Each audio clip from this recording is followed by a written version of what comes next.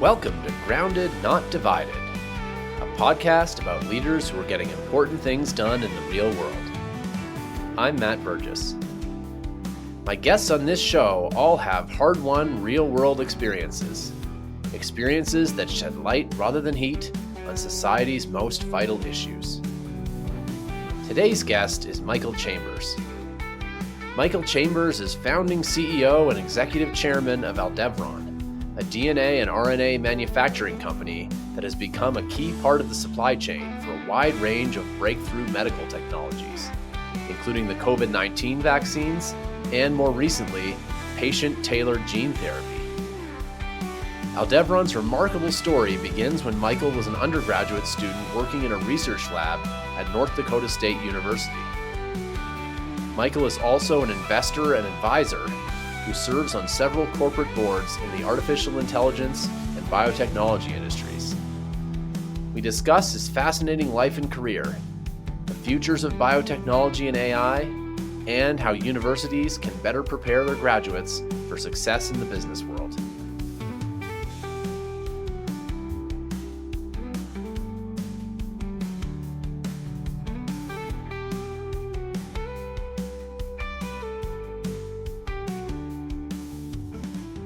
Michael Chambers, welcome to Grounded Not Divided.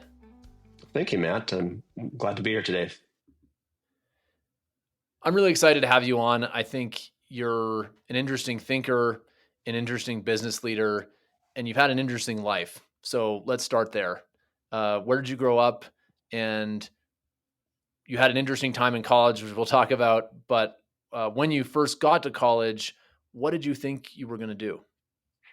Yeah, so I guess I've enjoyed working with a lot of just super interesting people over the years. Been very blessed to do that, to work with a lot of folks with a lot of different viewpoints. And I've sort of spent my career just being curious, I guess. I love asking a lot of questions. I have a lot of fun asking a lot of questions. And I think about those origin stories a lot, like where do people come from and what makes them them. And my origin story, it certainly goes back to like where I grew up and working with my parents and my brother and my family and just learning a lot of things. And that started in Carrington, North Dakota. So North Dakota is very much like Wyoming in many ways. We have an energy sector and agriculture, and we're very similar populations. And my hometown Carrington was a very close-knit community of roughly 2,000 people in the middle of North Dakota. So everybody knew each other, and the economy is very agrarian based. And my family ran a commercial beekeeping business, and this goes back to my grandfather. At one time, he was one of the largest beekeepers in North America, and he started a lot of smaller operations that still exist today. And just growing up and working alongside them, I learned so much. And I learned most of what I use today, I learned during those formative years. Not college is certainly important, but just in terms of the fundamentals of running a business and working with people and relationships, I learned that. And most importantly, I just learned lessons about very hard work, but working with bees, which is just this incredible creation. And bees are amazing animals. I don't know, there's so many, they're small and efficient, and a single honeybee can visit up to 5,000 flowers in one day, and their hives are like these tiny, perfect factories. And so I also not only learned about business, but just really, had an appreciation for nature's complexity and all of those things. So that was sort of, I think that's what made me curious and just really appreciate the world. In high school, in terms of like what I did in college, that started in high school, I took a vocational agriculture class. And I remember exactly where I was. I remember who the teacher was. I remember who I was sitting by. But one day they showed a video about biotechnology, and I was just blown away by this ability to transfer genes from one plant species to another. And from that point on, I knew that biotech was, the direction that we wanted to go. And so I went to North Dakota State University. I just drove a couple hours, and NDSU's in Fargo. again, very much like University of Wyoming in many, many ways. Actually, you take yeah, our football coaches and our presidents of different colleges tend to go from North Dakota to Wyoming. So I think we're sort of a feeder school for you guys. That's right. We got your dean. And Coach Bull as well, who I understand Oh, right. recently retired. Um, but so I went to college in 1990 or in the mid 90s. So 93 is when I went, and biotech at the time was still very new and mysterious for the whole world. We're figuring a lot of stuff out, and it was just very exciting with many, many possibilities. It sort of just, felt like magic, learning how to unlock DNA to solve big problems, like, treating diseases or, making new crops or even making new materials. And initially, I thought that I'd want to be a scientist in a lab, but sort of got hooked on the idea of, a company and making tools and helping lots of researchers. So, back then I didn't know that I was going to start a company, but I knew I wanted to be part of something that could, really help change lives and, help others do great things in science. And Aldebaran story starts in undergrad, if I'm remembering right. Yeah, yeah, I did. Yeah, tell me about that. How did that start? And when did you know that you had something? Well, um, Aldebaran, it started sort of, it's a bit of a crazy idea and in a college lab, and a lot of companies that their origin stories are great because the entrepreneurs trying to solve a problem that he is dealing with, right? And so when I was a sophomore, I was doing research into how to gene delivery, it's called, so how to insert nucleic acids encoding different proteins to help correct diseases caused by defective genes. And one of the great things about land grant institutions like NDSU, and I think University of Wyoming is a land grant, isn't it? Yep, we are. And that they have this culture of just returning knowledge and teaching people. And so undergraduates can do very meaningful research. And I wanted to write a grant, so I didn't. I just wanted the experience. I thought I was going to be a scientist, and I thought, well, I better learn how to write grants. And I didn't actually expect to get it, but I wrote a grant and was funded. And so from that point on, I had my own lab that I essentially reported to my counselor or advisor, and but pretty much ran things. And so while working specifically with DNA vaccines, which are short, their DNA vaccines are the predecessors to RNA vaccines and other vaccines, but they're very related to gene therapy. Um, I, I just spent a lot of time, not doing actual research, but just making material to do the research. Like 90% of your time was just making stuff, and then you go do the research and you got to go make stuff. So I noticed that biotech lacked consistent tools to get research done. And an analogy that I really go to, the railroads were very important to this part of the world as they were. But back in the 1850s, people forget that there were many different companies, many different train companies, and they all used different track widths, different gauges, and it was incredibly inefficient, right? So you'd have cargo go to one port, then you have to reload it to another train that was on a different track, and biotech was sort of like that, where every lab just made their own DNA parts, and it was really slowing people down. And so we decided to standardize this and start making plasmid DNA. Again, it was primarily for ourselves at first. By engineering, we engineered special bacterial cells, um, and basically just improved technology that was already there. But we brought a lot of things together. But we engineered new bacterial cells that could produce very, very high quality plasmid DNA, which are small loops of plasmid DNA used in all kinds of research.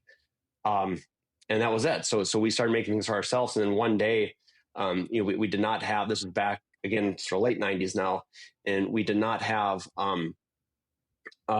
we didn't have like LinkedIn or, Facebook or whatever, right? But there were a lot of like these, internet message boards. So I sent an email to one of them, and I sent an email to the DNA vaccine web group, and I just didn't expect much, but the email basically said, hey, my name is Michael Chambers. I'm a student at NDSU. I can make, if you need DNA, I know how to make large amounts of DNA. And the next morning I had like 90 responses. Actually, it was 87 responses, but, I just round up to 90, and boom, we had these instant clients like from all over the world. And So that's how we got started. Aldeveron, I didn't know anything about business. I was working with John Ballantyne at this time, and he's just this. I'm from North Dakota. John's from New Zealand.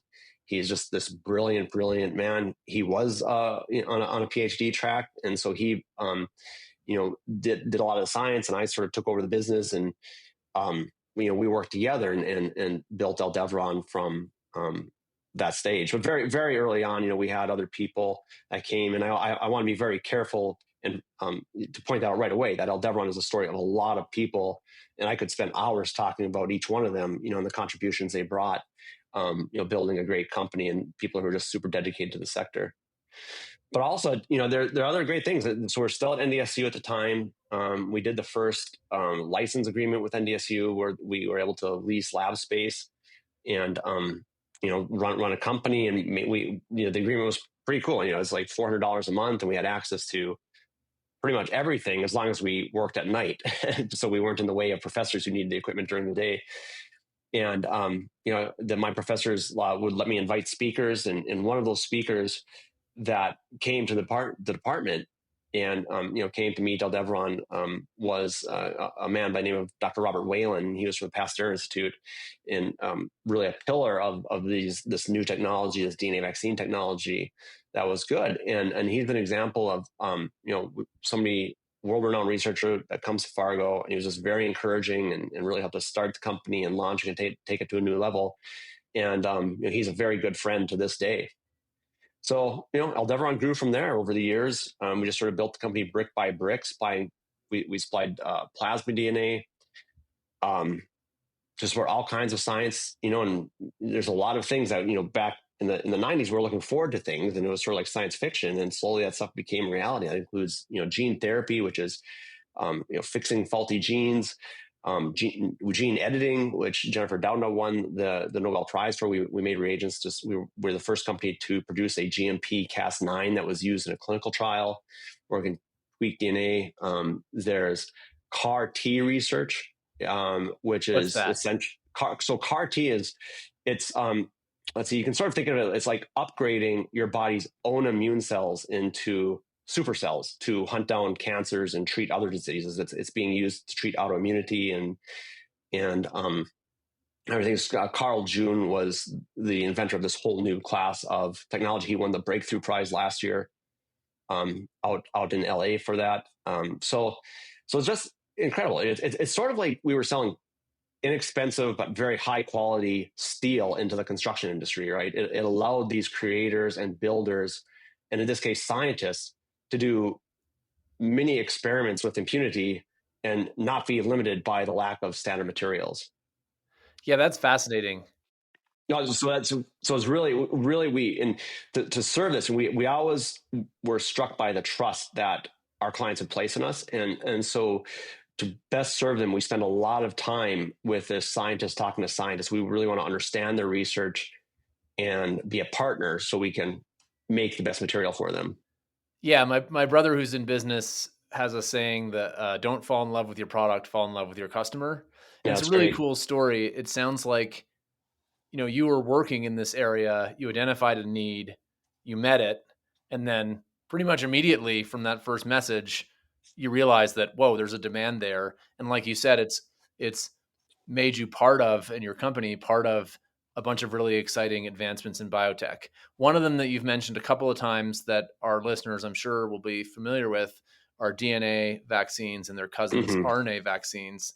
Before we talk about the COVID-19 pandemic and Aldeveron's role in that, I just loved if you could give a quick background on what a DNA vaccine and an RNA vaccine is and why it was such an important breakthrough, uh, either in the context of COVID or in general. I believe Catalin Carrico won the Nobel Prize He did, for that. yes, yep, that's Yeah, right. And Drew Wiseman from the right. University of Minnesota. So both vaccines contain a blueprint of the virus or bacteria that they're trying to protect against, and so they teach your cells how to make the protein or the antigen on that pathogen. So when the real pathogen shows up, your immune system has already been exposed to that. So it's very much like traditional vaccines. You're just making the protein in the body. Like the hepatitis B vaccine which is arguably the world's first like anti-cancer vaccine because it prevents hepatitis B, which is, can cause liver cancer.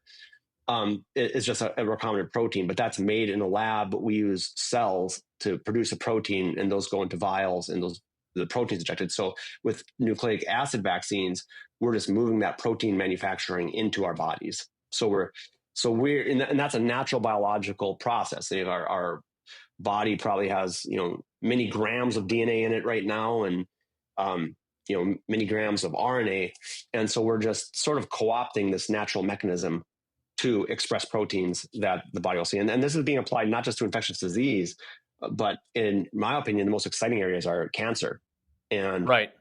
and teaching teaching our bodies how to defend against certain cancers, both in therapeutic contexts where people already have an oncologic condition, but also ultimately prophylactic, to prevent against malignant cells like right when they form. So take me back to late 2019, early 2020. You're running this company that where DNA vaccines is one of the first areas, it sounds like, that you got into, that you got Mm-hmm. really interested in. And news starts coming out about this virus, this mysterious respiratory virus in China. Take me back to that time and walk me through how things developed for you to the extent that you can, uh, and your thought process. Yeah, those were crazy times. I remember seeing the reports from China and thinking, man, they can't really be shutting everything down, and that's not going to happen, here. And then of course, we all know what happened. And when COVID hit, it was interesting, and I think the entire biotech sector just went into overdrive.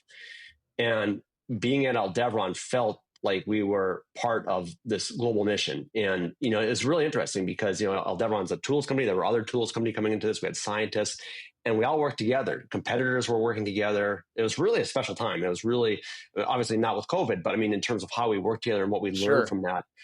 And I think that's most, it's very exciting because the pandemic showed us like how fast drug development could move when barriers were lifted. And this all goes to Operation Warp Speed, and we have to give a lot of credit, and to President Trump for that. I mean, Yeah. that was a real major accomplishment. He came in and cleared red tape. He brought regulators and companies and scientists together like never before, and he would come in on these conference calls. We would hear from him, and I remember he appointed General George Pernich to oversee the efforts, and if there was ever a barrier, they would remove it. And so, usually vaccines take many years to develop. Drugs take many years, 5 years minimum, maybe more like 15 years, up to, a couple $1 billion. But, those vaccines were developed in under a year. And so it really showed us what we could do. And I'm not, I'm not speaking for or against the vaccine. I'm just saying objectively, it was really to go from concept to an approved drug in under a year is really remarkable. And I hope that's something that we apply to everything. So yeah, Yeah. so our role in that was supplying DNA and other materials for the mRNA vaccines. So the correct me if the history here is wrong, but I believe the Moderna vaccine was first synthesized on a weekend in January 2020. Is that right? I think so. Yeah, there was Moderna and Pfizer and And Pfizer around the same time. Yeah. around. I thought, and you'll have to go back and check that. I thought Pfizer was approved first. I can't remember We're not talking about approved. So which one was developed first? because Moderna wasn't existing. They had the infrastructure in place, and they were looking forward to well, not a pandemic, but they were looking forward to an era where vaccines would be very rapidly developed and Right. expressed by RNA. So So the point is the Moderna vaccine existed, or at least a concept for it existed, so early in the pandemic that the United States hadn't shut down yet. Um, at what yeah. point in when does Aldevron enter the story? At what point do people, either you or someone else, realize, oh, you have this really important piece to this supply chain? Yeah, we were already making DNA for these people, so we were already feeding into that ecosystem. And so it was really just a matter of ramping it up, so that we ramped up immediately with everybody else.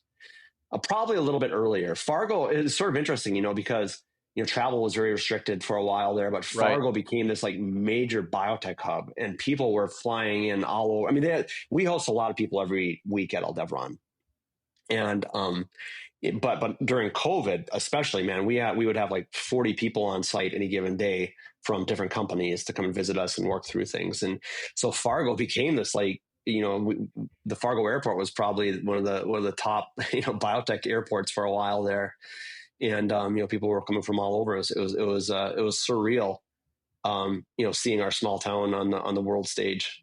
Well, and there's a really interesting story, I think, for all the mayors out there, probably, of economic development, right? That, if you can incubate a really successful company that becomes central or a really important piece in a major industry, then that has enormous spillover benefits, I imagine, for your community, right? Huge, yeah. I mean, these people are booking hotels and buying food, and some of those people end up working for us and they move here. So it's really, yeah, you're right. To develop a core and to commit to a path, and invest in those areas and lower barriers for people to build these companies. Because before Aldevron, there was no biotech economy in Fargo. Now we have a few biotech companies around, and so I think that's a good example of that. And you see that in other sectors as well. When we started, there was no biotech economy, but there was a software economy, because Right. Doug Burgum had built Great Plains Software, and sold that to Microsoft, and Fargo has had a long tradition of very, very great entrepreneurs. I mean, companies like Shields All Sports, and Steiger Tractor, and Bobcat, all of these things. So there's a great community in towns, and every town has strengths like that can be leveraged to produce a new sector. And it's not just hotels and food. The human capital builds on itself, and becomes a Yeah. magnet for talent, and which then creates a mentorship pipeline and all these other things. So you've mentioned exits. Let's talk about yours, and sort of how your career has pivoted over the last couple of years. So you sold Aldeveron, I believe, and you've since started working in mentoring companies, venture capital, and branching out into other areas, particularly in biotech and AI. Did I get any of that wrong? And how did that transition come about? No, it's all correct. All correct. And I still work at Aldevron. I love working for, on some context, I do what I've always done. I work with clients, and, um, I like to, help with development and everything. And, we have a great president, Jennifer Mead, is running the company now, but I really, value the opportunity to work with, for her, and work in broader Danaher, which is just a great company. But outside of that, yeah, a few years ago, even before we started thinking about the future and what's next for Aldevron, what's the best home for Aldevron, we had jumped into venture capital, and our goal was really to sort of back bold ideas, and help founders turn their thoughts and aspirations into reality, and just encourage them, and just really plant these seeds for the future, and always reflecting at all the blessings that we had, and the opportunities that we had, and the people that helped us. We want to sort of pass that on. And in terms of like what we look for, certainly the fields you mentioned, there's a lot of things we're excited about. Biotech is interesting. So it's on one level, we have more understanding than we've ever had before, and the technologies that we have access to are really remarkable. And we don't always look back and just appreciate the things we have, like whatever, say just a little over 100 years ago, we didn't have antibiotics. Or actually 100 years Right. ago, we did not have antibiotics, and you could be walking through a rose garden and get pricked and die a week later from sepsis or something. And so now we have antibiotics, but how many of us out just take time to reflect on that? And biotech is also sort of interesting with that. Now that said, from an investment standpoint, we're facing headwinds right now, and many public companies in our space are trading below cash, and Wall Street's a little skeptical, but I'm an optimist, and I think that life sciences will have the huge potential. These companies still have huge potential to save lives, And we're definitely we are very excited about speeding things like cell therapies, CAR T that we talked about earlier. How do we make these faster? How do we make them more accessible? But yeah, we're particularly excited about AI and computational companies. Um, I think that it's exciting to see how already AI is developing very fast, and I think we're able to solve very, very complex problems. Robotics is another area that I think we're very interested in, or that we are very interested in. I think it's going to be a huge area. Not so, I mean, certainly I think there will be humanoid robots, but I think there's going to be just much more like automation around work in the house. And, the impact is just going to be huge. So we're looking at that, things like, robots in labs and robots in warehouses and, making work just much faster, but also safer and higher quality. But even outside of that, we look at low tech as well. I mean, because at the end of the day, it's really about, we're seeking um, people who are just passionate about what they do. So we have a couple apparel companies. Oliver Cabell is started and run by Scott Gabrielson, and we're very honored to work with him, and that he let us come onto the cap table. He makes these stylish but very sustainable shoes that have, he's very transparent to make sure that everything is very ethically produced, and they're doing very well. And when we look at these things, financial return, it certainly matters, but it's not everything. It's probably like number 4 or 5 on the list. We don't have time horizons on any of our investments. We just love backing founders who want to build great companies and make a dent. Whether it's curing diseases or designing better sneakers. Yeah, that's a great picture. I have two follow-up questions. The first is specifically about the link between AI and biotech. Mm-hmm. Some of our listeners have probably heard of AlphaFold, right? That you can the idea that you can use AI to predict how proteins fold. Maybe someday you can use AI to uh, do simulated trial and error for drug discovery. There's things like nanotechnology uh, to targeted delivery of drugs for things like cancers. Uh, what are the most exciting developments, do you think, or frontiers, if they haven't been developed yet, for AI and biotech? So that is, that's like the $1 trillion question, and so AI is even before ChatGPT exploded onto the scene, which is wild, right? I mean, that's less than 3 years ago, Right. and think about how much the world has changed.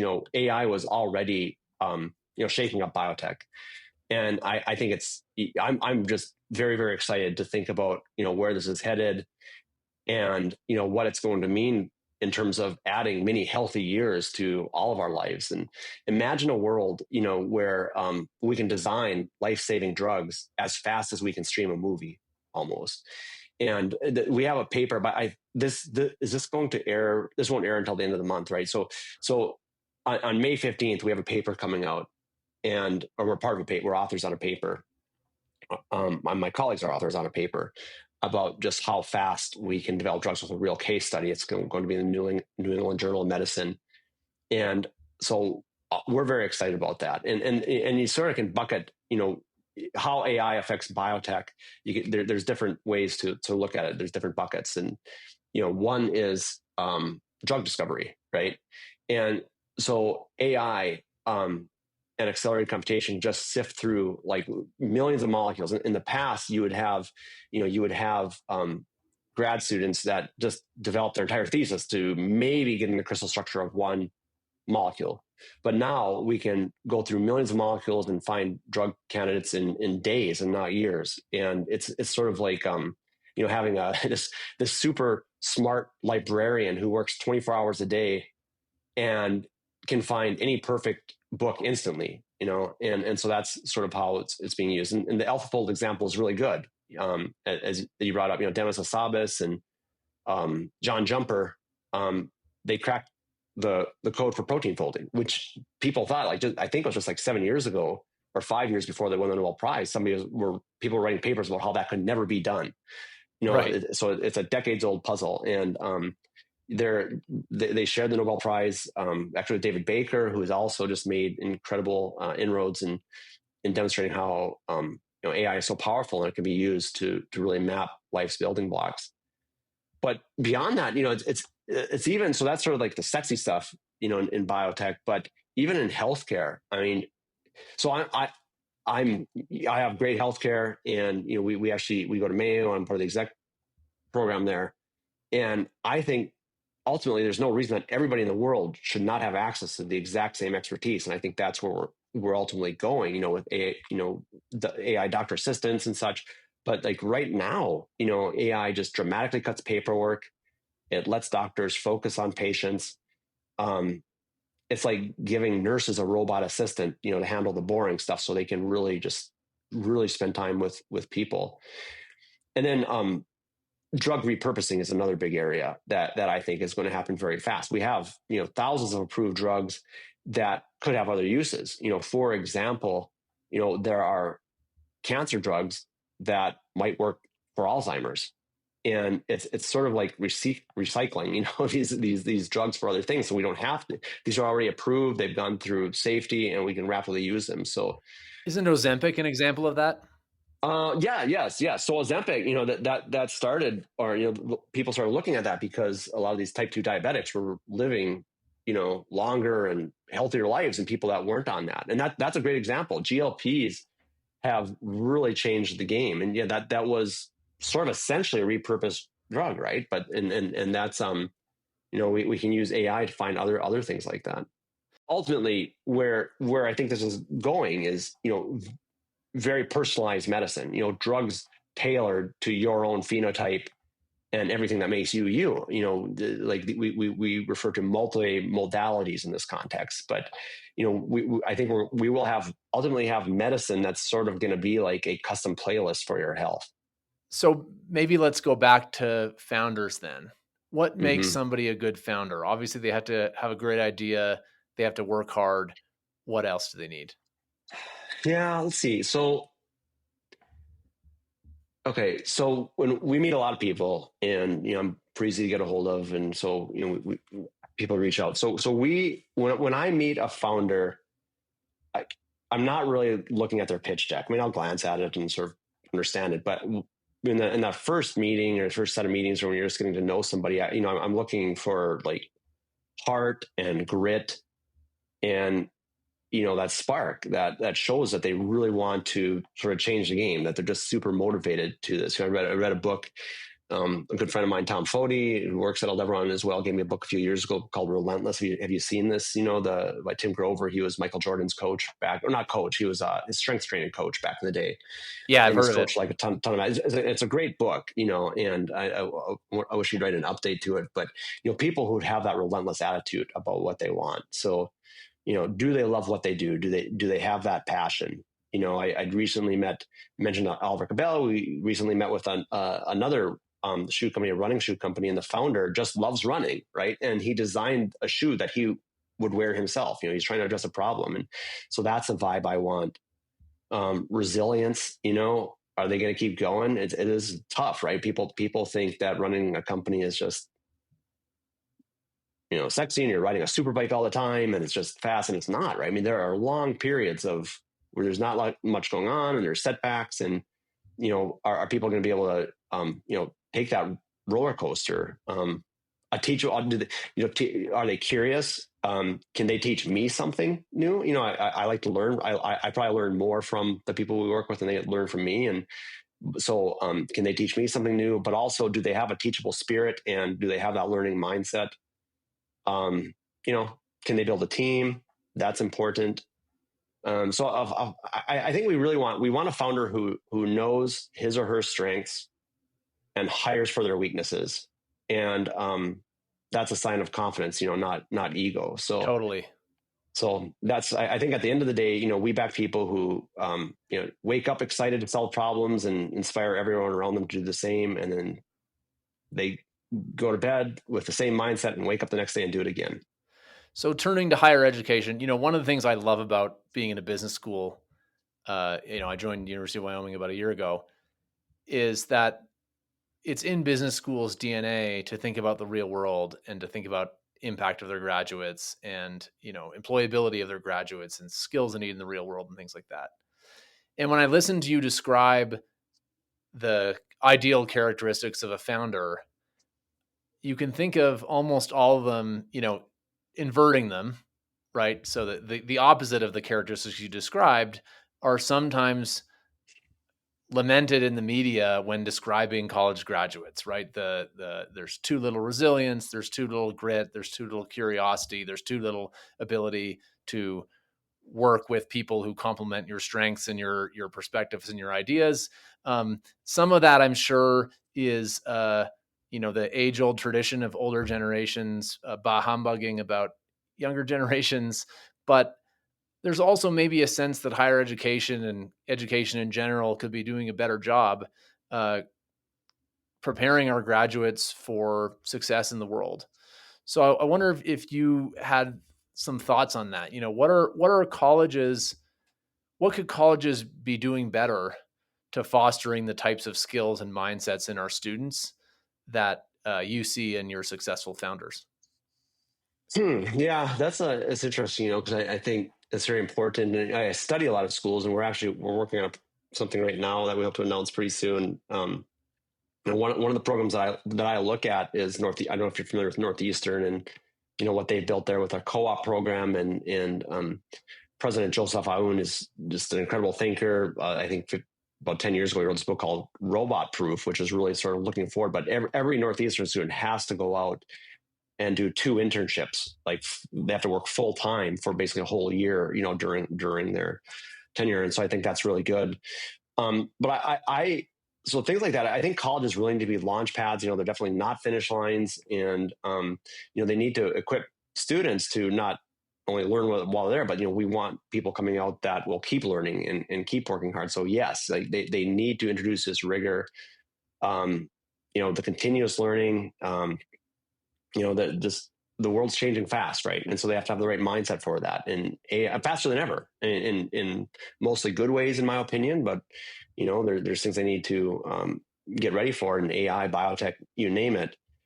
And so but they need to be prepared to like a biology grad today probably is going to need like coding skills tomorrow. They need to prep students for these rapid shifts to sort of have that curiosity that we've been talking to. I think curiosity always beats fear, and they need to be open to tech, and they need to teach problem solving. Foster that grit and creativity. Really encourage students to ask like, why not?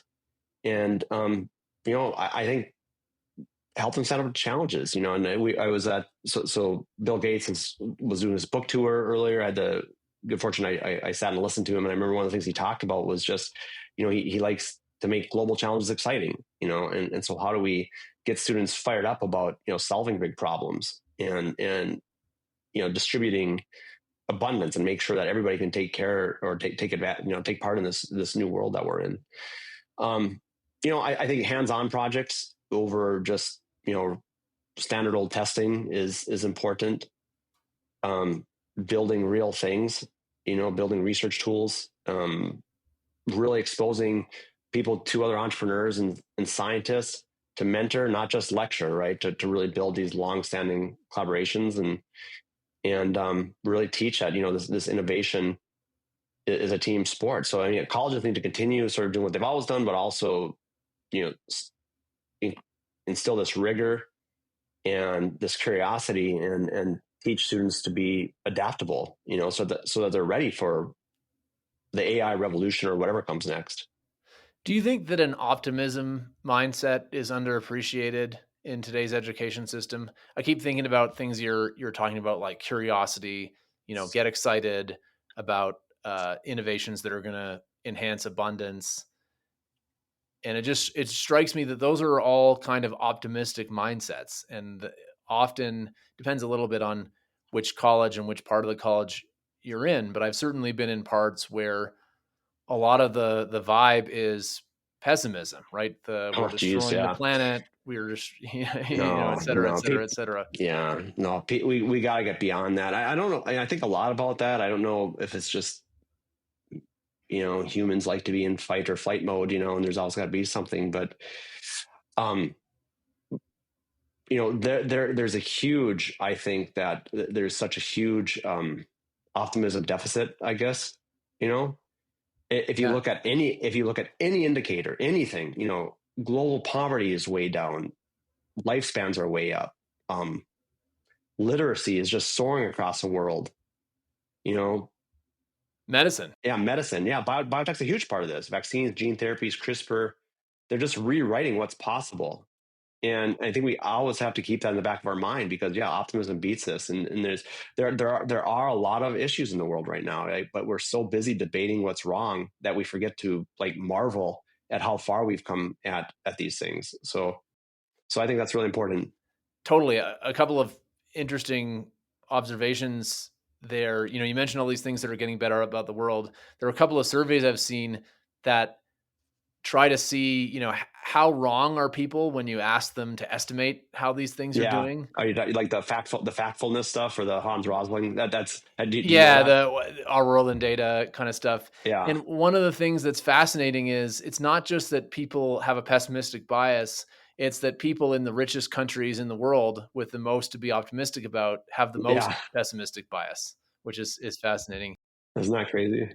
It is. It kind of makes me wonder if a lot of the mindset problems we have are born of decadence, right? The if you Yeah. think about the countries like this one, the things that are bad about it are found everywhere else in world history and time and space, and they're almost always worse. And the things that are good about this country are found almost nowhere else in time and space, which intellectually means they should be emphasized and understood more, I would think. Yeah, I think we need to spend a lot of time thinking about that because things are pretty good right now, right? I mean, it's not. I mean, people, people hear statements like that and they say, "Well, what about X and what about Z?" And yeah, of course we have issues, Right. right? But from a historical concept, there's like so much to be thankful for, and we need to work together and say, okay, we got a lot of stuff we need to work on, but we also got a lot of good stuff too. And so, what can we learn from that to make sure everybody participates?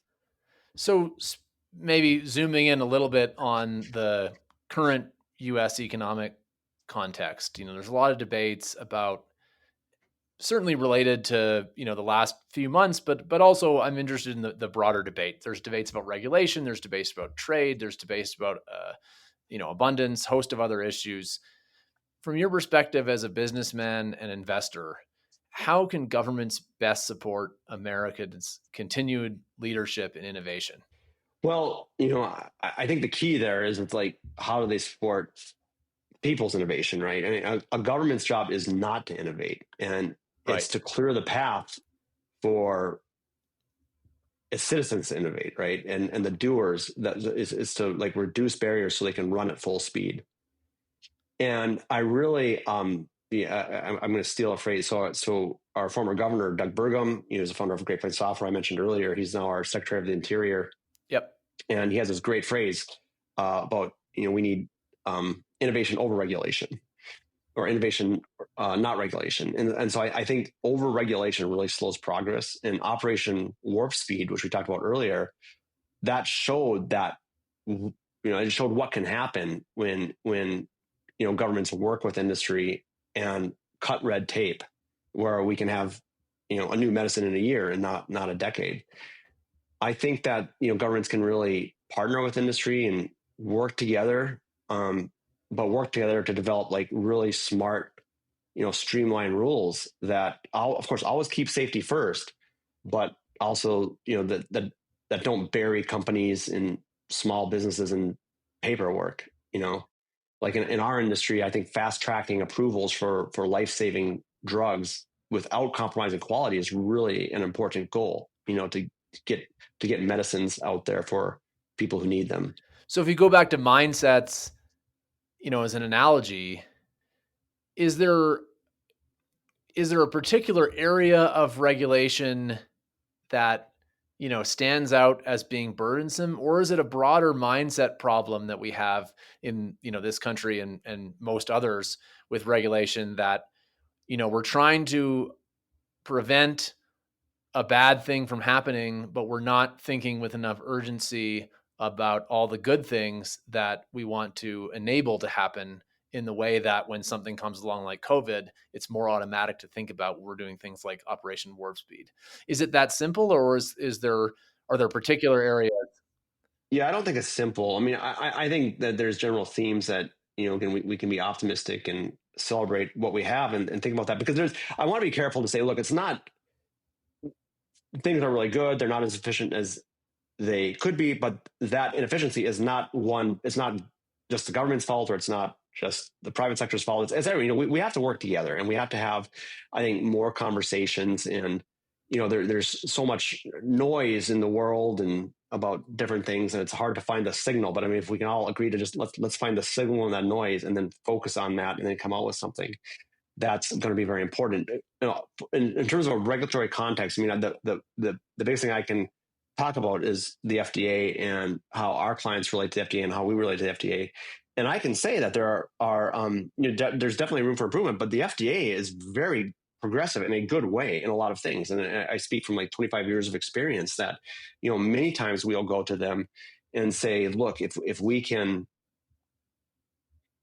do X, we think we can release this drug faster, um, and they'll, if it's scientifically backed, they will do it. But then you would have like private consultants that would say you can't do that. So in that context, it's actually a consulting class. So I think just by working together, we can identify a lot of these things. Um, I know President Trump is very committed to that. Really reducing overly burdensome things in the energy sector, for instance, and I think he's doing a tremendous job there.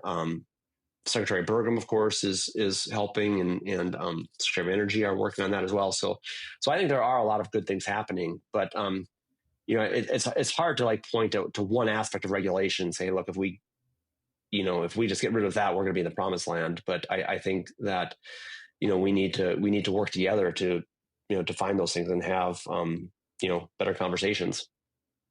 Yeah. So my last question, which I'm borrowing from another much more popular podcaster named Konstantin Kizin, he always ends his podcast by asking his guest, "What's one thing we're not talking about? But we should be." I really like that question. What would your answer be? Probably, what we've talked about, I guess, or what we've touched on, in that we have so many miracles that we take for granted. The medicines we have, smartphones, just the ability to go to basically any faucet in the country and get clean water, heart Yeah. transplants. A century ago, people would have called that magic, right? I mean, and I think we need to have an appreciation for that. And we're constantly developing, not constantly, but every 5 or 10 years, we have this entirely new class of medicine, like checkpoint inhibitors in oncology, for instance, are miracle drugs, right? They're cancer drugs What do that, those do, just for our listeners who are not experts? so like Keytruda or Opdivo, they're cancer drugs that wake up your immune system to fight tumors.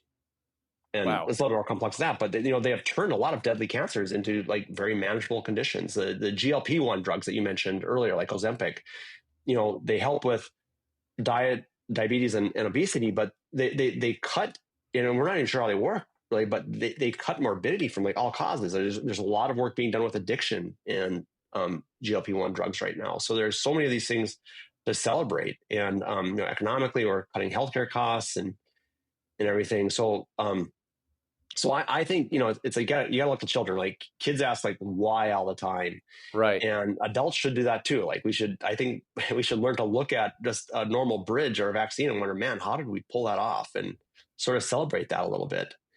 And just have an appreciation for the everyday stuff that we use, the cars that we have, and the creative mindsets that ultimately led us to that. So I think celebrating this progress like fuels more of it, I guess. And it reminds us that we're not stuck and that we can fix problems together. And I guess I would say we just, let's talk about more of what's working, because when we appreciate human creativity, it inspires us to dream bigger and build a better future. And also not take it for granted and screw it up, right? Exactly. Yeah. Yeah, exactly. Well, Michael Chambers, this has been a fascinating interview. brimming with insight about a bunch of different things. I think you've had a really interesting career path that I think our students and our listeners can learn a lot from. So thank you very much for coming on the show, and we'll see you next time. Well, thank you, Matt. It's been fun.